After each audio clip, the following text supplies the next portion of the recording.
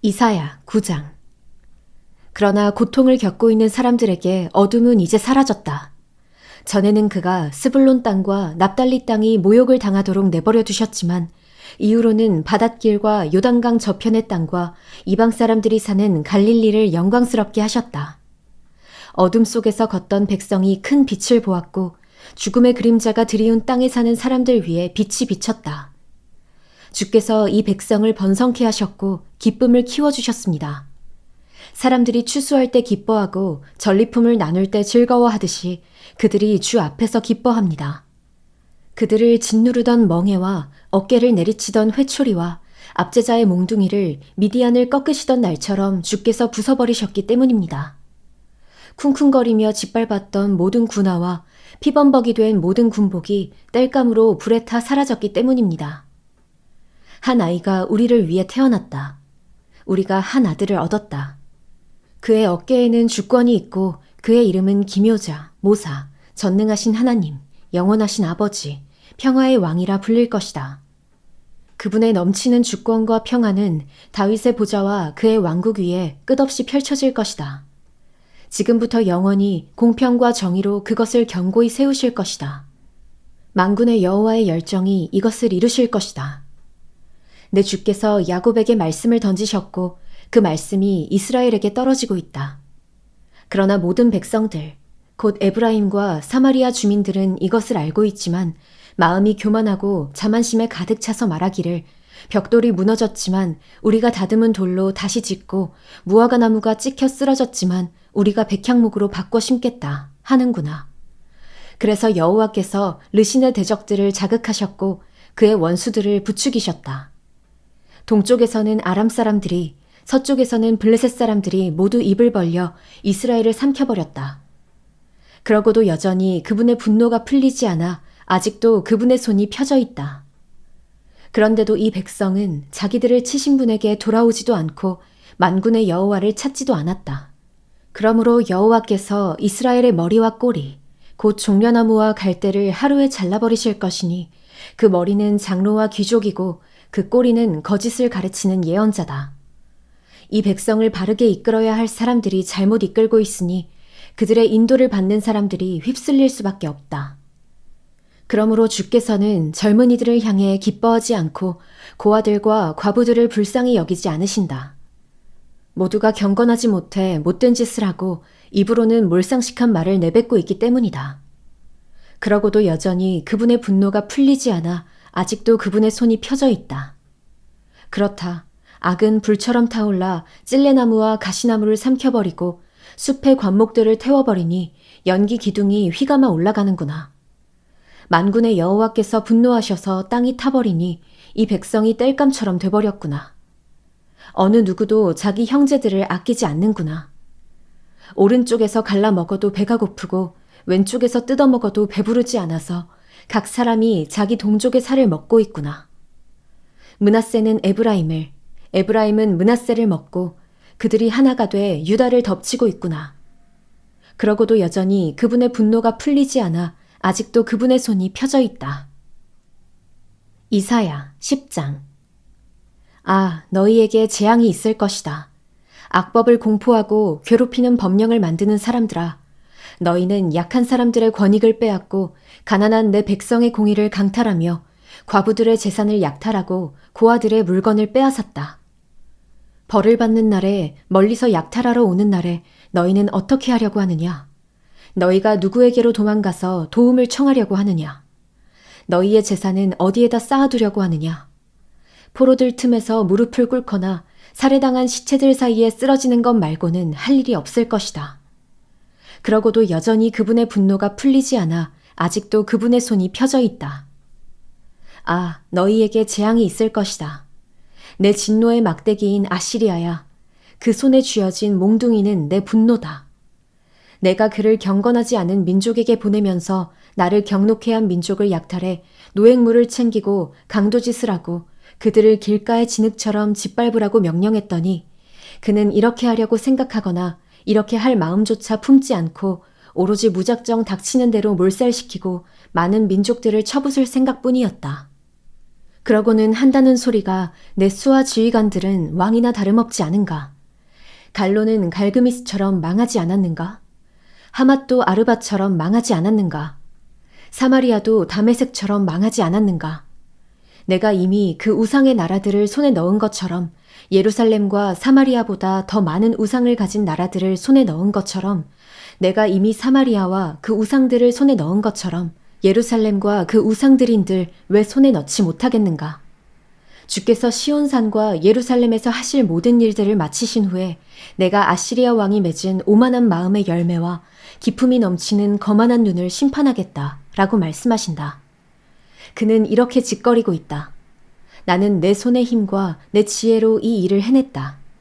이것은 다 내가 똑똑하기 때문이다.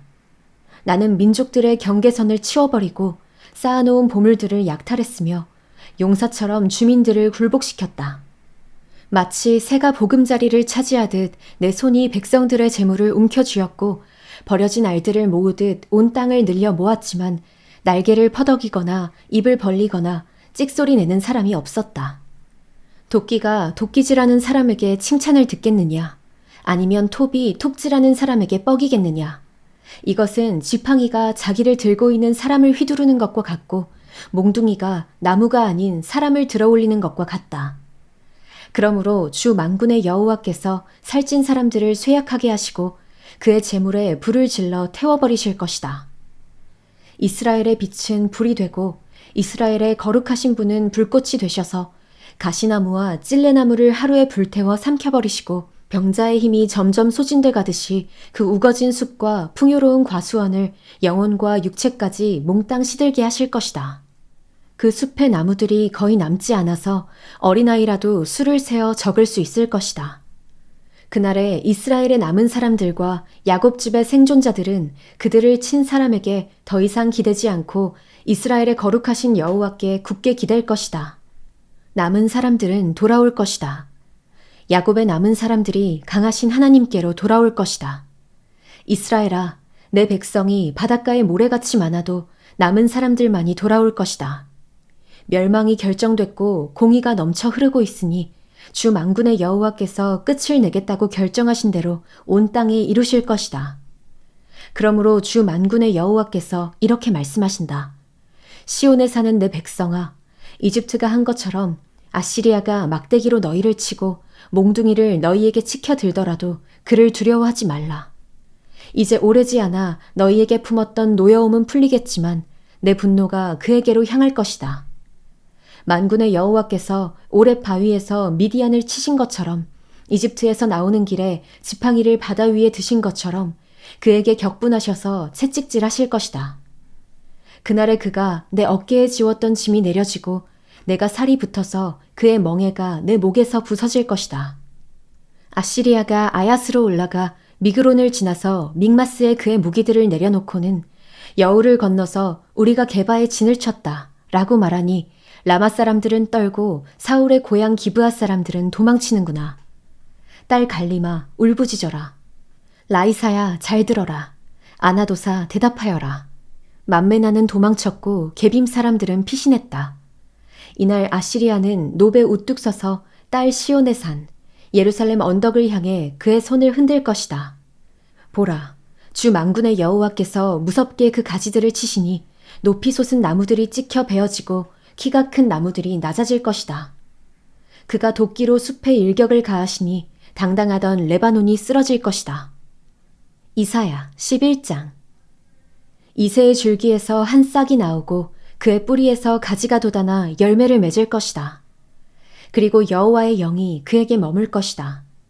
곧 지혜와 통찰의 영, 모략과 용기의 영, 지식과 여호와를 경외하는 영이 그에게 머물 것이다. 그는 여호와를 즐겨 경외하고 눈에 보이는 대로 판결하지 않고 귀에 들리는 대로 결정하지 않을 것이다. 오히려 그는 약한 사람들을 공의로 판결하고 세상에서 학대받는 사람들을 위해 정직하게 결정을 내릴 것이다. 그는 그 입의 몽둥이로 세상을 치고 그 입술의 바람으로 죄를 범한 사람들을 죽일 것이다.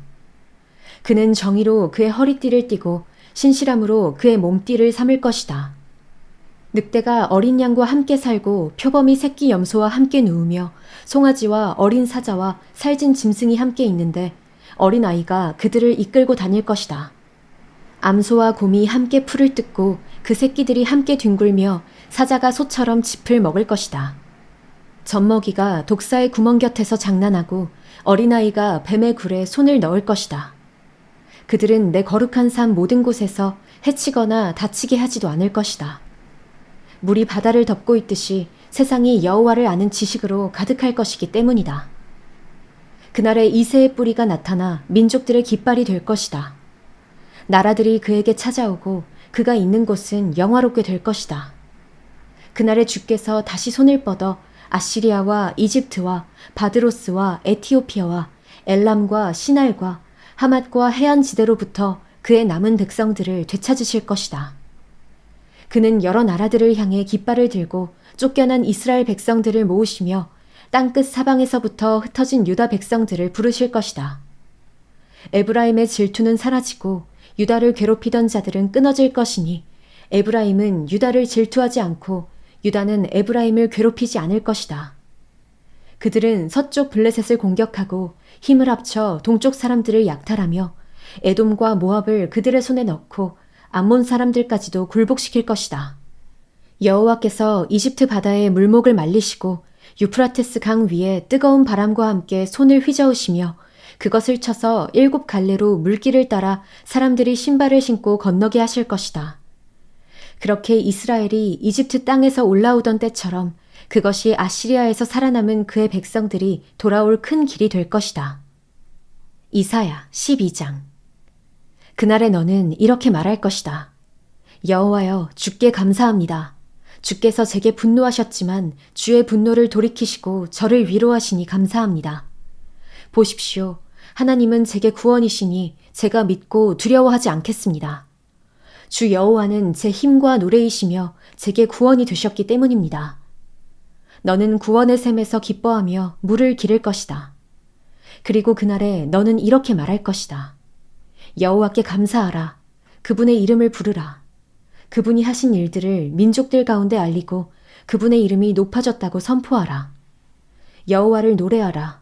그분이 위엄 있게 일하셨으니 이 일을 온 세상에 알리라. 시온의 주민아, 소리치며 기뻐 외치라. 너희 가운데 계시는 위대한 분은 바로 이스라엘의 거룩하신 분이기 때문이다. 이사야 13장.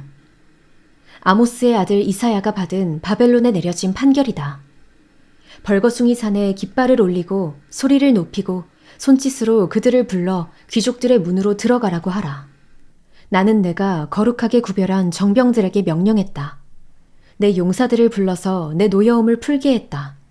그들은 의기양양하며 사기가 충전해 있다. 산 위에서 울려 퍼지는 저 소리는 많은 백성이 모인 소리 같구나. 나라들이 떠드는 저 소리는 여러 민족이 모인 소리 같구나. 만군의 여호와께서 전투를 위해 군대를 사열하신다. 그들은 먼 땅, 하늘 끝에서 온다. 여호와와 그분의 진노의 무기가 온 땅을 파괴하러 온다. 슬피 울라. 여호와의 날이 가까이 왔다. 전능하신 분이 오시면 파멸뿐이다. 그러므로 모든 손이 축 늘어지고 모든 사람의 마음이 녹아내릴 것이다. 그들은 공포와 고통과 번민에 사로잡히고 해산하는 여인이 몸을 뒤틀듯 괴로워할 것이다. 사람들이 혼비백산의 동료를 쳐다보는데 그 얼굴들이 모두 벌겋게 달아올라 있다. 보라, 여호와의 날이 온다. 처참한 그날, 진노와 맹렬한 분노로 얼룩진 날, 그 땅을 황폐하게 만들고 죄인들이 그 땅에서 몰살되는 날이 온다. 하늘의 별들과 별자리들이 빛을 뽐내지 못하며 해가 떠올라도 어두컴컴하고 달도 빛을 비추지 않을 것이다. 내가 세상의 죄악을 처벌하고 악인들의 사악함을 징벌하겠다.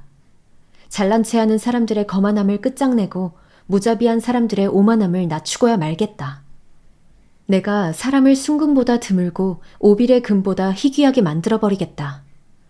그러므로 내가 하늘을 흔들어 놓겠다.